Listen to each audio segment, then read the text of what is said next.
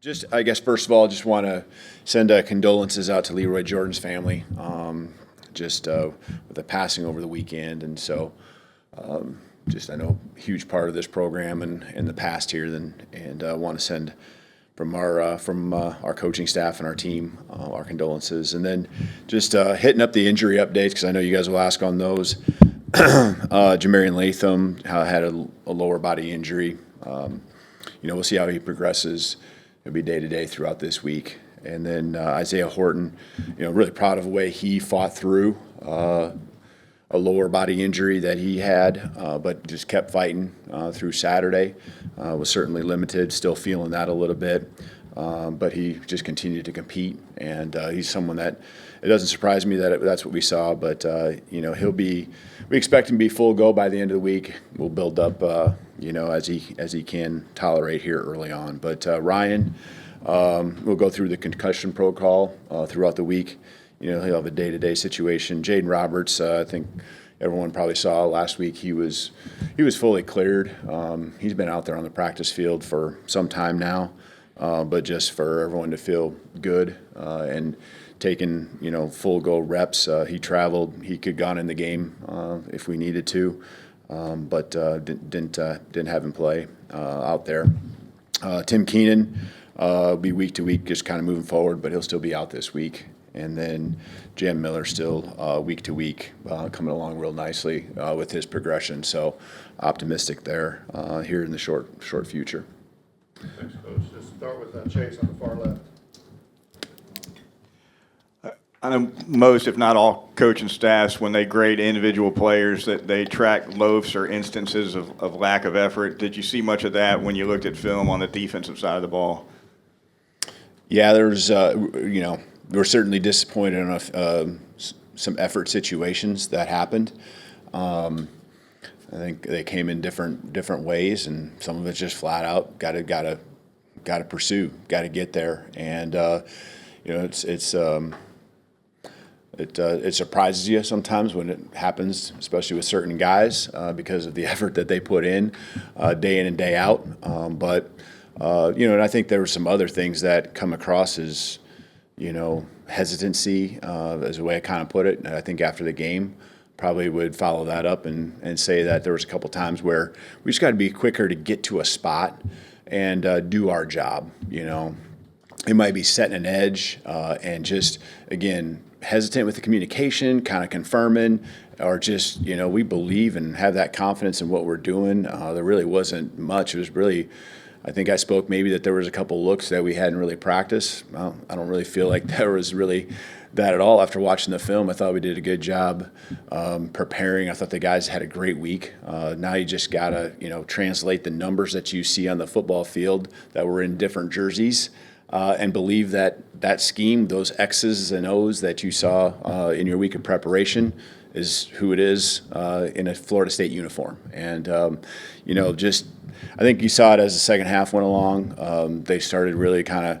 get into it, but it was too late. It just put us behind the eight ball. Now you got to be perfect in everything you do, and put us in a spot where we had to play catch up. And on the road, that's certainly hard to do. And those guys were feeling it. They're with Florida State. There's a chance for them. And again, together as a team, we got to find a way to overcome one side of the ball. When you need that drive for a touchdown, getting it done defensively, when you can get that big stop, getting it taken care of right there. We inched our way back in the game. That's what you got to do when you have a 17-point deficit. Again, we shouldn't get to that spot, but inching our way, something that we did better than I felt in the offseason. We've talked about, the Oklahoma game last year and how you got to try to get 7 points and make it close and put some pressure on them. And we were right there, 24-17. Really, we should have the ball 3rd and 11, on defense with 9 minutes to go. And, just how far we had come in that probably previous 10 to 15 minutes of the game, I'd have felt like, man, this thing's going to happen, and that there's a real belief and confidence that I think was building on the sideline. So you just got to finish. You got to get the stops. It comes back to just that effort, but it has to happen from the very first play. Go to the far right side of Charlie. You're kind of sticking with that. When you say you're surprised by some of the lack of effort or intensity from players you're not expecting that from. What do you do to kind of combat that moving forward? Yeah, I mean, these guys, they're great kids. They got high character. They believe they want it bad, and so it's just showing them, and a lot of times they already know, and making sure that we continue to be intentional. That's a word that I use a lot, and it's going to be something I use a lot more this week. Again, just be intentional on what we're trying to accomplish with quality reps, and making sure that every rep is done at a high level, from the effort to the execution. Stay in on the right side and go to Nick. Yeah, before he got hurt, Ryan Williams working inside more a little bit. How would you assess what he did and where he could continue to improve once he gets back? Yeah, I think we'll continue to work and figure that out. There's just been so many bright moments with him inside. He never really got going, in the game before getting hurt, and so we'll continue to have to make sure we're moving him around. And last year had a great season, and a good foundation as far as us understanding what he can do on the outside. We really felt like what we had seen, especially in the fall, limited practices in the spring, but in the fall, really liked how he could get matchups in our favor and really pose some problems. You can get him from one side of the field to the other. You can get him deep. You can get him, out in the flat quick. And so there's a lot of different directions he can go. Get the ball even in the run game a little bit. So we'll keep assessing that. As we go through here, and this week will be a little trickier again with him getting limited opportunities, but that's going to allow someone else to step up and us kind of continue to figure out the dynamics of how we feel best with our receiving core and the people that should be out there in those spots. Let's go to Mike on the back left. You mentioned the great week before the game. Just how much do you self-scout the preparation before games, and are there times as a coach where maybe you notice during the week that things might not be going the way that you want them to? You said, what do you mean, great week? A great week. You said a great week of preparation. For this week, you're saying, or are you referring to last going week? up to Florida State before that game. I said that? You said that, yeah, before. Oh, just, Yeah. Okay, all right. Yeah, I mean, I think our guys did. I mean, defensively, I felt like that we were pretty honed in. Gone back and actually looked at the practice film on some of the reps that we took that were pretty much identical to what we saw, and just trying to figure out, why were we one step or what, why was our communication just a little bit slower? So it's just, again, these guys have already shown me yesterday how bad they want it and how they're going to respond. And so, I really feel like the tone in the locker room after the game, at least from my standpoint, and how I can address the team is completely different than it was a year ago. And so, we don't need to speak in those terms, but it feels different. There's more of a, just flat out upset. I can use a lot of different words to explain it, but just, really upset about how it went. These aren't learning moments anymore. This is us and our program. And, again, we understand the situation we've put ourselves in and that we're in. But it is a long season. And, let's take care of business this week. And then that's going to set up the next week. And then we'll worry about that. That's been our philosophy all along, but we really got to live it now. Go to Colin, front left. Hey, Kalen, you talked a little bit about Ty's performance post-game, but I'm curious. He said he called every drive after the first one, he said the offense played complacent. And I'm curious to see a guy after his first start make those kind of comments. What does that say about who Ty is and how he kind of runs this offense? Mm-hmm. Yeah, I didn't hear those comments. I guess I guess the only thing I can look into is that human nature is that when it goes well on your first drive and you end up in the end zone, that there's something internal, right? It's just human nature. But I also know that we challenged the guys that it was a lot of work to get the ball down the field. It took 9 minutes, and that as great as that was, and man, that's awesome. Like to take that much time off the clock, keep their offense off the football field, that's what you want to do. That you had to put play after play after play. I believe it was 16 of them together. And so I guess to me, we went out there and executed a lot of drives. We just have to do a better job of sustaining it. And if there's a complacency, I guess maybe not taking for granted that, you get down into their territory, that it's automatically going to happen. You got to make it happen. You got to do it, and we got to do it. And so I guess if I'm really reading into what he's saying, it's that you got to finish. You got to do it. No one else is going to go out there and magically put it in the end zone for you. Go to front right, Kennington. Eight penalties on Saturday. That was something that also hurt the team a year ago. What has been the strategy to eliminate those penalties? And now that you're into the season, what's the thought process of how to correct that trend? Yeah, I mean, there's a lot of consequences that go along, especially the foolish penalties. The ones that happened after the whistle and things like that. So that will continue to be the case. There's just got to be better judgment when we get in those spots. And that the quarterback's going to be protected, and you can't live in the gray area. And all offseason, that was a point of emphasis. We can't afford to have every guy have his one-off time to where it's like, okay, that was his mistake. Next game it's a different guy. We got to learn and understand.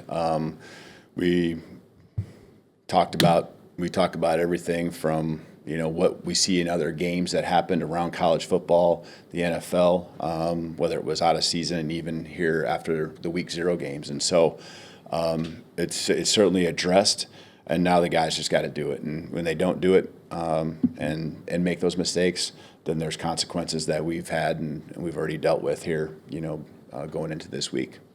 Emily Graves, front left. Coach, you mentioned that response that you want the players to have and the response they want to have. How do you and your staff maximize that into translating it to on-field results come Saturday? Yeah, what the guys need to do is cut it loose. They just need to go play. They need to block out outside noise, whatever that is, enjoy and love the game, and play it the way it's meant to be played.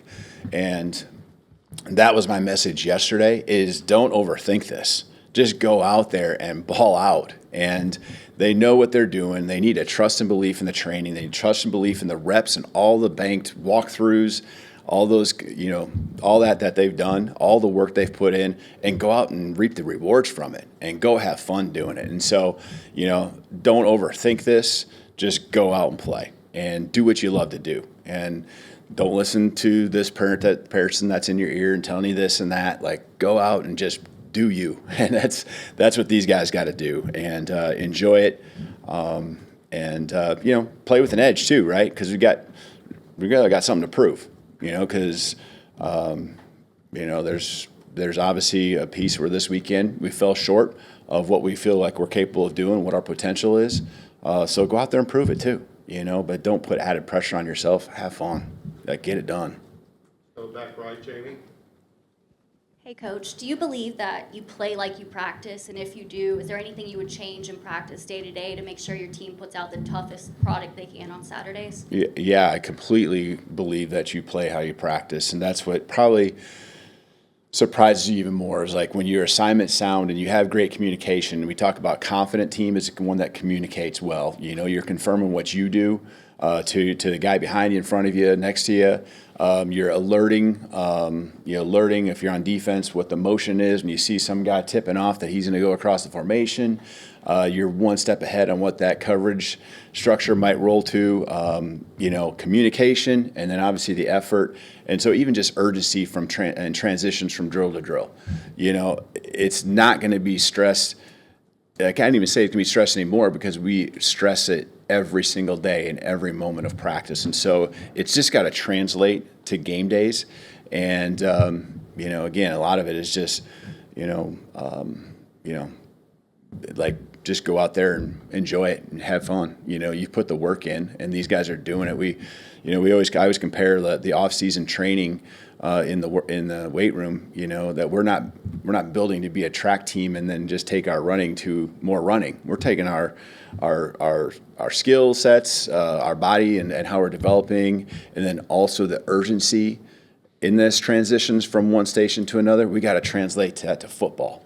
You know, how you run on the field, how you run off the field, you know, how you start, how you finish, the mindset that goes into all that. And so, you know, I really believe, like, our guys do that at a high level. And so, you know, we gotta make sure we keep stressing those things that we've stressed, and, you know, make the corrections here going on into this week. All right, let's finish up with Alex here. How do you think Ty did in terms of decision-making, not just where he went with the football, but feeling pressure, knowing when to get out of the pocket and move? I think there was a couple times where he probably could have avoided having to get to that point by just ripping it, you know, just trusting himself. The guys were where they needed to be. The reads happened. Just, you know, that comes along with, right, getting into the flow and just, you know, I know they want verification on that. Okay, this is what we practice, you know, and it's the first game of the year. Like, but he you know, just cut it loose. Just like when you see the read, it isn't like they're putting 12 guys on the field. Okay, there's only 11 out there, and when this structure goes a certain way and it is what you practiced, you know, trust and believe it. So then what that does is it forces him into, you know, that progression or that read, you know, being missed, and now, you know, the next step, which I think you're referring to, and that's taking off and scrambling. And you know, there's a time or two where he could have, you know, made decisions that were better, but he also kept some drives alive, especially the first one. I thought he did a nice job and came up short there right at the end of the game. That's a tough one, you know, where he came up a few inches short. But the effort was there. You could see that, trying to fight for every inch he could to keep that drive alive. So he's going to learn from it. Ty wants it. There's no doubt. I mean, he's a guy that takes ownership himself. And again, that's what we do from the coaching staff on down to our players, you know, going into this week is just always reassessing, win or loss, like what we need to get better at, what our strengths are, and then how we got to progress and what the plan should be moving forward. Thank you, Coach. You bet. Thank you.